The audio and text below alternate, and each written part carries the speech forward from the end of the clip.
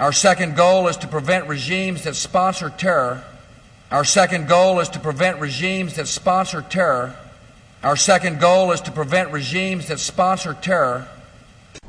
Well, the United States accused of being a state sponsor of terrorism with aims to destabilize or topple a government. For a country that claims to go after terrorists and terrorism, more facts are accumulating that are proving otherwise. Such is the case in point involving the terrorist group Jundallah.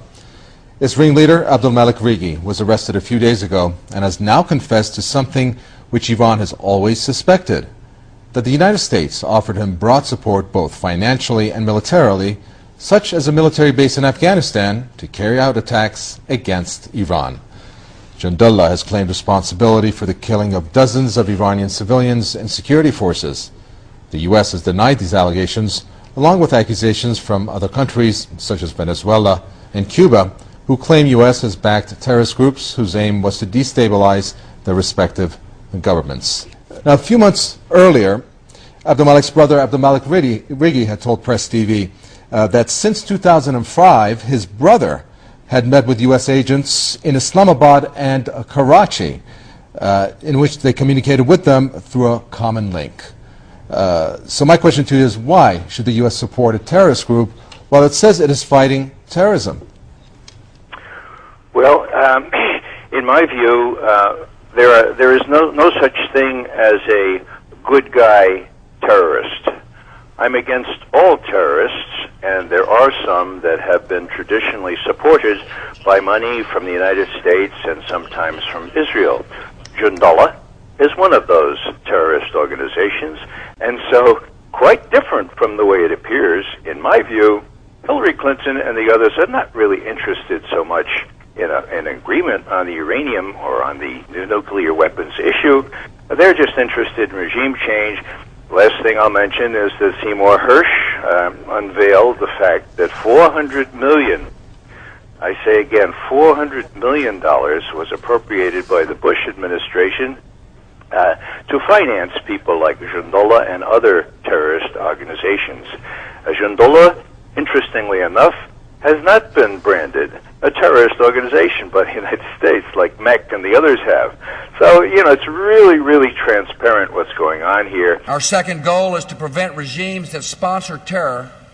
And I think this is an extremely serious issue. It not only highlights American hypocrisy over terrorism, and it clearly exposes their double standards, but it really does expose America's long-term geopolitical machinations in the region. And I think all governments in that region should now pay much closer attention to this. Iran is clearly in the firing line because the Iranian government is in direct conflict with the United States government over a range of issues, the nuclear issue being one, but also many other important issues. But this also affects Pakistan, it affects Afghanistan very obviously, it affects countries in Central Asia, and of course it affects India. Okay. So I think this is an extremely serious issue, and I hope that the mainstream media pays much closer attention to this.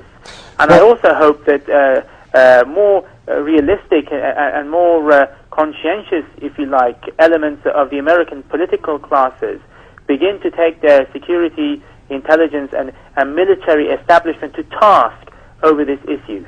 Okay. Dr. Morandi, there are different countries that were just stated by our guests, such as the guest we just heard, which shows the involvement in terms of the cooperation that was made between these countries. Pakistan was mentioned. As a matter of fact, it's not new news.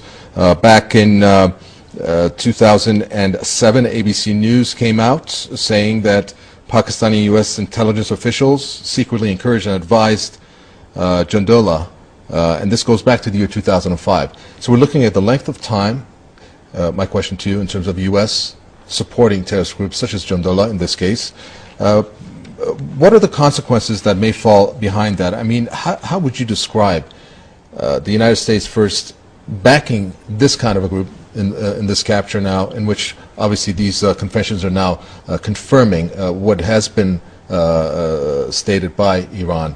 But how it is that the United States, who's going after terror, is now being revealed so blatantly that they're supporting terrorist groups such as the Jundallah? Well, I think the main problem for the United States is that it and its allies loses credibility throughout the region and beyond. The fact is that the United States is not only supporting Jundallah, it's supporting PJAK, and it's supporting the MEK, which has offices in the United States and throughout capitals in Europe under different names. It also supports the pro-monarchist group that carried out a bomb attack in Shiraz, and also near the Iraqi border in the southern provinces of Iran.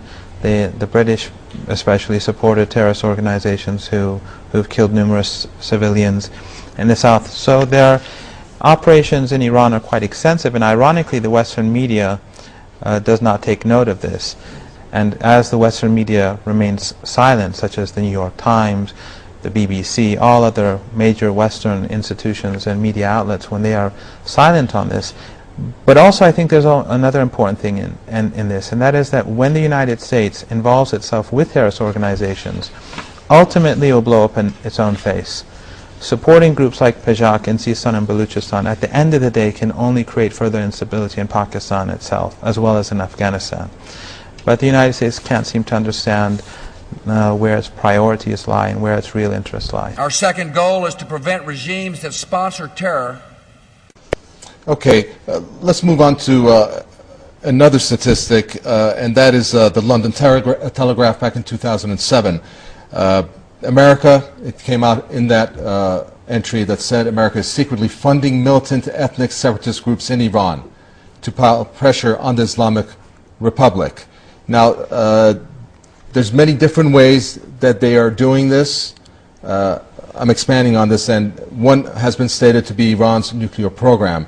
Is that a right way to go about diplomacy? I mean, is that what Obama means when he says no options are off the table? Well, that's 2007. We can't blame things that went on in 2007 on Obama. But let's look at Hamas. Let's look at Hezbollah. Let's look at various groups that Iran sponsors. Yes, the United States is no doubt sponsoring terrorist groups that operate against Iran. Iran is sponsoring groups that work against America and American allies. This is perfectly normal, and no, it's not diplomacy. It is the military underpinnings on top of which diplomacy operates well or poorly. Our colleague in New York said that Hezbollah and Hamas are a threat to America. Not true. Are a threat to American allies. Again, not true, unless you single out one American, quote, ally, end quote, and that's Israel. So, let's not make Hamas and Hezbollah a threat to America, just as even the Secretary of State, Hillary Clinton, admitted in Doha, in answer to a question, that Iran poses no direct threat to the United States of America. So what's the big deal? The big deal, of course, is that some Israeli statesmen believe that Iran could possibly, maybe in a couple of years, pose an existential threat. One of the confession statements by Jundallah leader Abdolmalek Rigi, the U.S. agents told him that the Taliban and Al-Qaeda is not a concern, that Iran is. Now, the U.S. has waged 2 wars in the past 9 years in the name of war on terrorism. So why the Taliban and Al-Qaeda do not matter and Iran does? Well, I think the main problem that the United States has is that it has fought 2 wars, and at the same time it has antagonized all the major countries and the peoples of the region at the same time.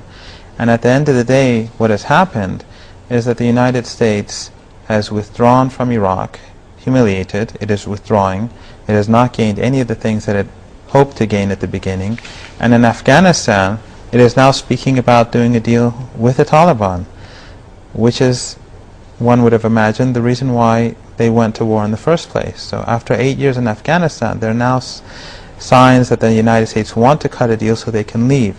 And that shows that the United States is rapidly on the decline in the region, and that it can no longer stand up to its old foes. I think that the United States, if they really want to create a more stable region and to create a more favorable atmosphere for the United States itself, the only way forward is for the United States to rethink its policies in the region, and especially with regards to Iran, which is the key to the region. Under such conditions, the United States would be able to leave a more and have the region more stable and secure, both for the United States and for the rest of the world. But one final point is that I think that the capture of Mr. Rigi is significant in the sense that the Iranians have been able to capture one of the most Are you going to give a hated speech, criminals or can we respond and to terrorists in the region, and who's directed his attacks towards Iran. And the United States, after 8 or 9 years, have not been able to capture bin Laden. Our second goal is to prevent regimes that sponsor terror